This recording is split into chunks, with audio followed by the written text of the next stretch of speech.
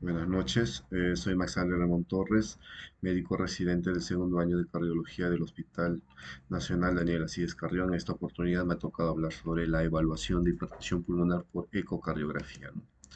A modo de introducción, la ecocardiografía nos da aproximaciones y probabilidades de hipertensión pulmonar. El gol estándar es el cateterismo cardíaco, ¿no? Actualmente nos regimos sobre el sexto simposio de la hipertensión pulmonar, que da valores de corte y maneras de aproximar las probabilidades de hipertensión pulmonar por imágenes. Cabe mencionar que el ventrículo derecho tiene una forma irregular, excéntrica, que tiene dos tractos, uno de entrada y uno de salida, y que no tolera presiones altas, ¿no? El ventrículo derecho tolera volumen más no presiones, a diferencia del ventrículo izquierdo. Aumentar simple y llanamente 10 a 15 milímetros de mercurio de la presión en la postcarga claudica rápidamente el ventrículo derecho, como en este caso, ¿no? El ventrículo izquierdo tolera aumento de presiones, más no el ventrículo derecho, ¿no? Un aumento de sus presiones a nivel de la arteria pulmonar puede generar una claudicación del ventrículo derecho.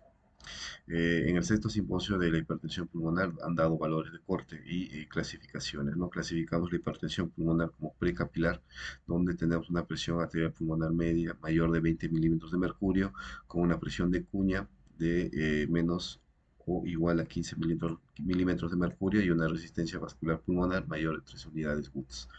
Eh, la postcapilar aislada, encontramos presiones por encima de 20, presiones de la arteria pulmonar por encima de 20, pero a diferencia, aquí va a haber una cuña, ¿no? Una presión de enclavamiento o de cuña mayor de 15 y las resistencias vasculares pulmonares están disminuidas.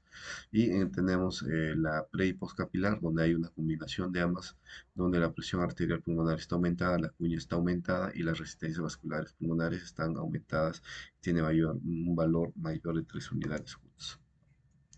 Primero, para hacer una aproximación al ecocardiograma, hay que tener unas probabilidades clínicas, ¿no? Nuestro paciente va a presentar síntomas de hipertensión pulmonar, fatiga, dolor, síncope, y entonces vamos a poder tener una aproximación de probabilidades, ¿no? Por ecocardio, ¿no? Hay diferentes tipos de hipertensión pulmonar, ¿no? Puede ser por tromboembolismos crónicos, enfermedades pulmonares, o incluso el más común, que es por falla cardíaca izquierda, ¿no? En este algoritmo nos da qué es lo que debemos hacer cuando tenemos aproximaciones o probabilidades de hipertensión pulmonar. Si tenemos una baja probabilidad, hay que considerar un seguimiento, o si tenemos una alta probabilidad o no tenemos un diagnóstico claro, podemos hacer una referencia a un centro especializado, ¿no? Eh, a mencionar, ¿no?, que la presión arterial pulmonar puede ser calculada por la presión sistólica de la arteria pulmonar por 0,61 más 2, conocida como la fórmula de Chemla, ¿no? Entonces, ¿cómo calculamos la presión sistólica de la arteria pulmonar? Que es igual a la presión sistólica del ventrículo derecho si suponemos que no hay obstrucción a la vía de salida del ventrículo derecho, ¿no? Aquí vemos, por ejemplo, en este cateterismo derecho, vemos que la presión sistólica de la arteria pulmonar, que es a este nivel, tiene el mismo valor que la presión sistólica del ventrículo derecho. En este caso, por ejemplo, por ejemplo, podemos presentar que una presión sistólica de la arteria pulmonar de 29 milímetros de mercurio. Ya se han hecho estudios de correlación entre la presión sistólica pulmonar a nivel de ecocardio y su correlación cuando se hace en cateterismo cardíaco, ¿no? Y hay una relación muy significativa, ¿no?, de 0,96 a nivel del Doppler y a nivel Doppler cardíaco y a nivel de cateterismo cardíaco, ¿no?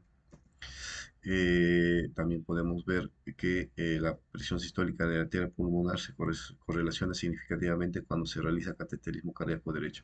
Aunque si la presión sistólica de la arteria pulmonar es muy elevada, la relación se tiende a la dispersión. Parámetros ecocardiográficos para medir la presión sistólica de la arteria pulmonar.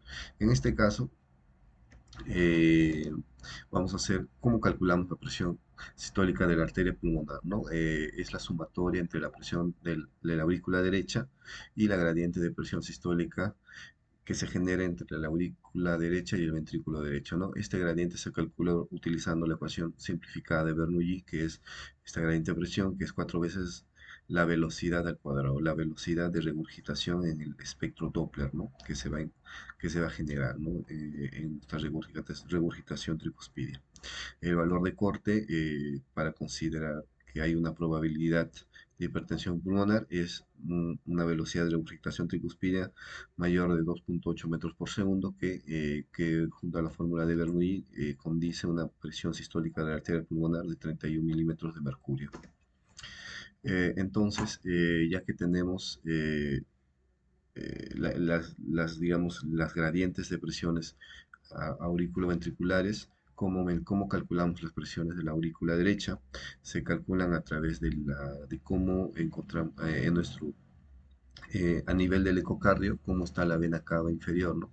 Si esta vena cava inferior está dilatada, o sea, tiene un tamaño mayor de 21 milímetros y colapsa menos de 50% en la inspiración profunda, estamos considerando que la presión de la aurícula derecha es elevada, ¿no? Y consideramos 15 milímetros de mercurio.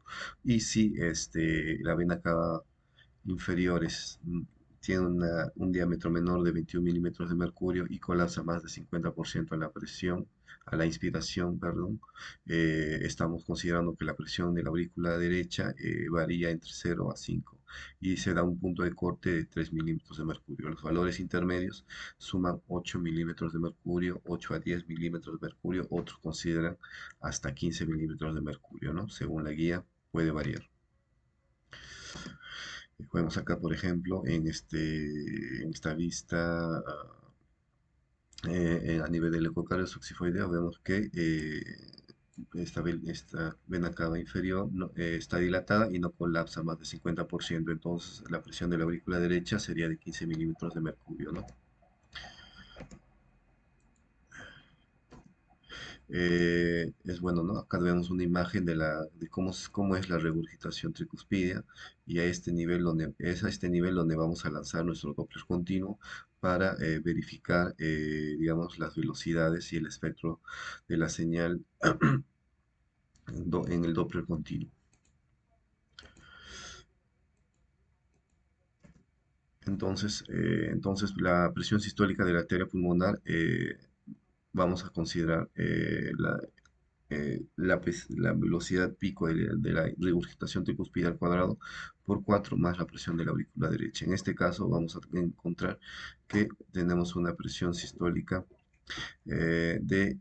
por ejemplo, en esta imagen tenemos una velocidad de 2,8 significa que simplificada por la fórmula de Bernoulli nos da 31 milímetros de mercurio y 15 milímetros de mercurio por la presión de la aurícula derecha al ver la vista succifoidea a nivel de la vena cava inferior. Nos da una presión sistólica de 46.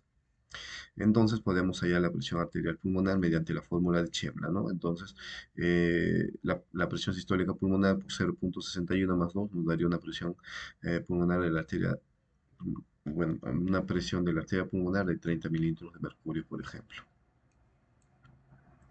Listo. Una vez que hemos calculado la presión de la arteria pulmonar, podemos lanzarnos a tener una aproximación, ¿no? Entonces, la PESAP tiene una buena aproximación, como ya había mencionado, o sea, la presión sistólica de la arteria pulmonar con el cateterismo, ¿no?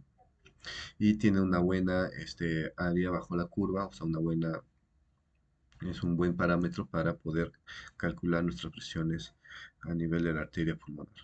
Luego, ¿cómo calculamos la presión de cuña? La presión de cuña,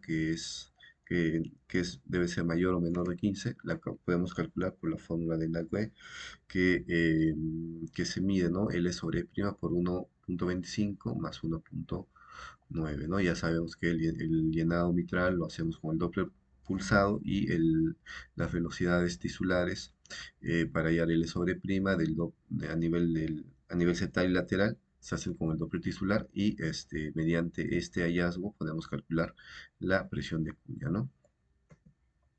Y cómo calculamos las resistencias vasculares pulmonares mediante la fórmula de Abbas, indica, ¿no?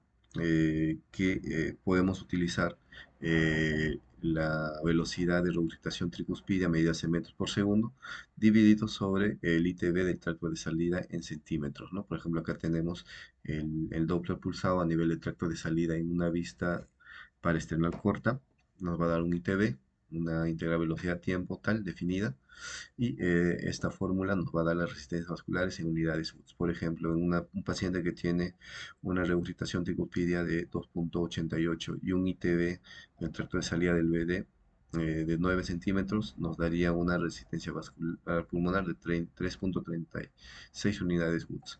En otro caso, un paciente que tiene la misma velocidad de regurgitación de la tricuspidia, pero tiene un ITB del tracto de salida del ventrículo derecho de 17 centímetros, nos daría 1,85 unidades Woods.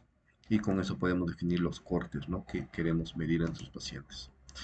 Entonces el ITB que se va a generar, y este es la velocidad de regurgitación tricuspide. Es para mencionar también en esta revisión que la mejor manera de cuantificar las velocidades de regurgitación se hace a nivel de la apical 4 cámaras, que tiene una buena sensibilidad y una buena especificidad, ¿no?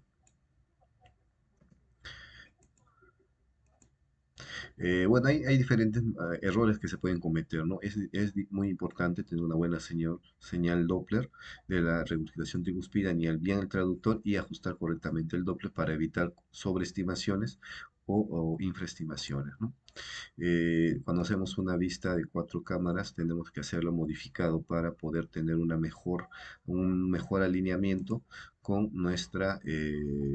con nuestra muestra, ¿no?, del Doppler continuo, y así tener las mejores imágenes sin caer en el error. En este caso, cuando vemos nuestra vista de 4 cámaras y alineamos la muestra del Doppler continuo, podemos tener estas velocidades, y que si tenemos ciertas falencias, ¿no?, digamos, con el alineamiento nuestras cavidades derechas, podemos tener a la infraestimación o sobreestimación. Incluso eh, no tenemos una buena señal y podemos caer en el error, ¿no? Cuando queremos tener nuestro espectro Doppler de la regurgitación tricuspide. Si tenemos ciertos errores, para poder hallar un buen espectro, podemos utilizar contrastes, o también suero salino, ¿no? Eh, bueno, que se puede ingresar a través de la vena, ¿no?, del paciente. Puntos claves de la regurgitación tricuspidia: que cuando se torna masiva o torrencial se podría subestimar la correlación entre la gradiente auricular y ventricular, porque hay una ecualización de presiones entre aurícula y ventrículo, generando infravaloración de las velocidades de regurgitación. Por ejemplo, en el eje corto, bueno, también es importante, ¿no?, que es menester decir que podemos calcular presión arterial pulmonar media y diastólica a través de, digamos, el espectro de la regurgitación de la arteria pulmonar, ¿no? Normalmente las personas pueden tener regurgitaciones cuyas velocidades no pueden ser mayores de 1 metro por segundo, pero cuando tenemos pacientes que sufren hipertensión pulmonar, estas velocidades, regurgitación de la arteria pulmonar pueden ser elevadas. En este caso, esto es una imagen de un paciente que tiene hipertensión pulmonar avanzada, y vemos que mediante el Doppler continuo a nivel de inicio de la diástole, tiene unas velocidades de 3,05 metros por segundo, y al final de la telediástole tenemos una velocidad de 2,29. Podemos calcular la presión de la arteria pulmonar media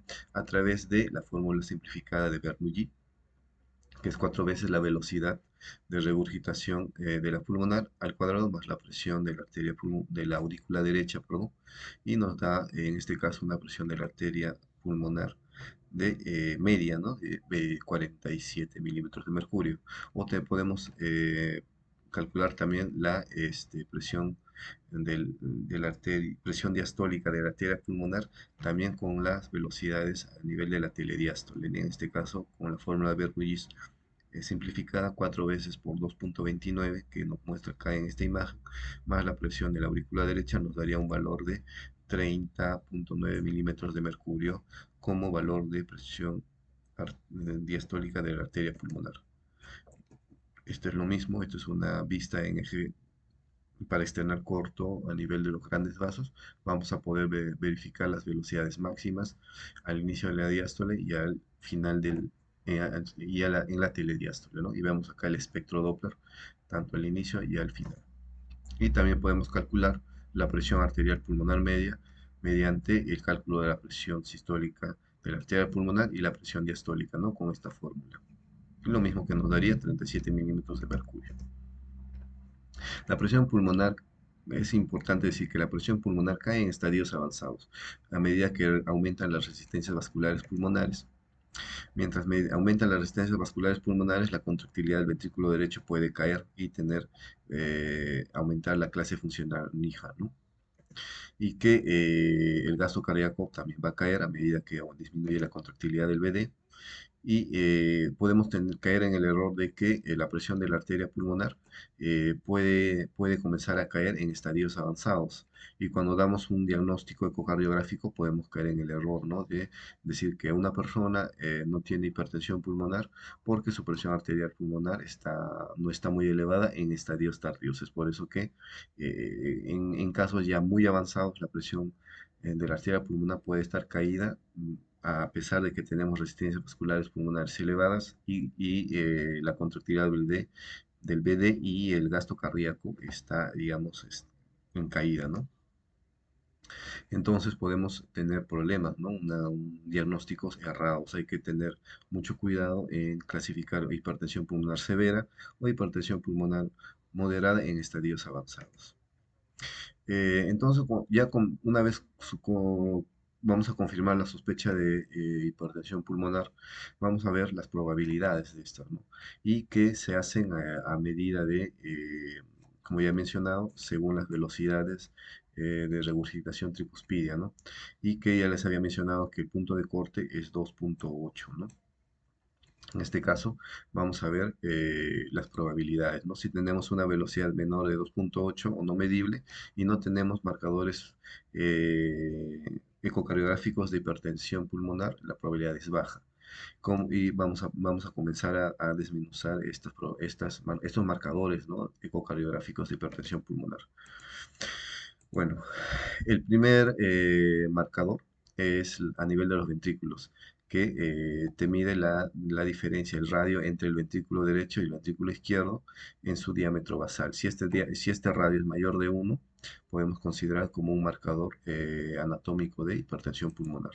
En este caso, en esta imagen, vemos que si hacemos una relación entre radios a nivel basal del ventrículo derecho y el ventrículo izquierdo, este supera la unidad, ¿no?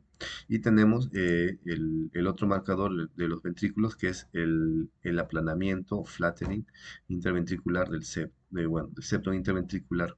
Y podemos calcular el índice de excentricidad mayor de 1,1 en sístole y en diástole, ¿no? Por ejemplo, acá vemos en esta imagen un D-shape, el clásico D-shape, ¿no? Acá vemos un aplanamiento del septum interventricular por aumento tanto puede ser de presiones o de volumen del ventrículo derecho, ¿no? Y que si calculamos el índice de excentricidad podemos calcular el diámetro de 2 sobre el diámetro de 1 que nos va a dar un valor de 2,23, ¿no? En este caso supera el 1,1 y entonces estaría siendo positivo para un marcador de hipertensión, un marcador anatómico de hipertensión pulmonar.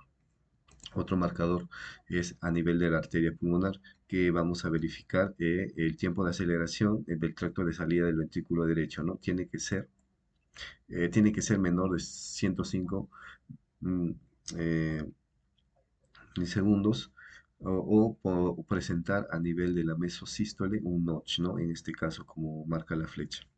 En este caso vemos una presión de la arteria pulmonar normal que va a dar un tiempo de aceleración mayor de 105. En este caso, como tenemos un aumento de las resistencias vasculares pulmonares, se va a generar una aceleración, ¿no? Del tiempo a nivel del Doppler pulsado, a nivel del tracto de salida del ventrículo derecho y está acortado, ¿no? Y vemos este notch. Lo mismo, ¿no? Esto se hace en el eje paraesternal corto a nivel de los grandes vasos. Y como ya les había mencionado, vamos a ver que nuestra señal de muestra del Doppler pulsado nos va a dar una imagen, ¿no? Tanto con el tiempo de aceleración acortado y un notch. Y hay diferentes grados, ¿no? Que puede ir desde lo normal hasta un spike que te indica una falla cardíaca del ventrículo derecho, ¿no? Ya en estadios avanzados, ¿no? Y bueno, también es una capita aparte, menciona que podemos hallar la presión arterial pulmonar con el tiempo de aceleración de la pulmonar. Con esta fórmula es 90 menos 0,62 por el tiempo de aceleración, cuando el tiempo de aceleración es menor a 120 milisegundos. Por ejemplo, en un tiempo de aceleración de 105 tenemos que una presión arterial pulmonar es 90 menos 0,62 por 105 nos va a dar una presión elevada, ¿no? Mayor de 20, que era el punto de corte. Otro marcador es, como ya les había mencionado al inicio, que a nivel de la early diastolic pulmonary, la regurgitación temprana, ¿no? De la arteria pulmonar, en inglés, que supera las velocidades, ¿no? De 2,2 metros por segundo. En este caso, vemos que cuando hacemos nuestro Doppler continuo a nivel de la arteria pulmonar, estas velocidades de regurgitación son mayores de 2,2 metros por segundo, ¿no? Como se muestra acá. Y ya les había mencionado que esto nos sirve para hallar las presiones, ¿no? De tanto de la arteria pulmonar, presiones medias y presión de la arteria, presión diastólica de la arteria pulmonar, ¿no? Tanto en proto y en telediástole. Otro marcador es si la arteria pulmonar está dilatada. El punto de corte es mayor de 25 milímetros. En este caso lo vamos a ver en el eje parestelar corto. A nivel de los grandes vasos, vamos a poder ver que el diámetro de la arteria pulmonar es mayor de 25 milímetros. Y otro marcador es a nivel de la vena cava inferior y el atrio, ¿no? Cuando vemos que la cava está dilatada y no colapsa más de 50% a la expiración forzada o menos de 20% en una inspiración quieta, es un marcador de hipertensión pulmonar, ¿no? Y otro marcador, bueno, ya les había mencionado los valores de corte. En este caso, por ejemplo, tenemos un paciente que tiene una hipertensión pulmonar, por ejemplo, y que tiene la vena cava dilatada, y esto se conlleva con aumento de presiones de la aurícula derecha también. Otro marcador en este caso también sería una dilatación de la aurícula derecha, que es mayor a 18 centímetros, cuando hacemos el trazado, ¿no? De nuestra vista en cuatro cámaras, por ejemplo, que es un indicador de elevación de presiones de la aurícula derecha. Por ejemplo, acá tenemos una vista de cuatro cámaras. eh, Acá vemos que a nivel del ventrículo derecho tenemos un aumento del área de la aurícula derecha, así como el diámetro basal del ventrículo derecho, ¿no? Entonces, en este caso podemos inferir que es un marcador de hipertensión pulmonar. ¿Para qué nos sirven estos marcadores? Es necesario tener dos marcadores positivos, pero de diferente categoría. Puede ser tanto, por ejemplo, tenemos un índice de excentricidad aumentado, aunado a una área de la aurícula derecha aumentada. Ya esos dos marcadores, por ejemplo, nos ayudarían para reclasificar nuestras probabilidades de hipertensión pulmonar, ¿no? Por ejemplo, si vamos acá al inicio, eh, en este gráfico, ¿no? Por ejemplo, si tenemos una velocidad de regurgitación menor de 2,8 o no es medible y no tenemos marcadores ecocardiográficos de hipertensión pulmonar, que tienen que ser dos marcadores, pero uno de cada categoría diferente, entonces estaríamos considerando como una baja probabilidad. Si tenemos que no podemos encontrar una velocidad de regurgitación tricuspidia o es menor de 2,8 o no medible, pero tenemos dos marcadores de ecocardiográficos de hipertensión, entonces estaríamos clasificando como una probabilidad intermedia.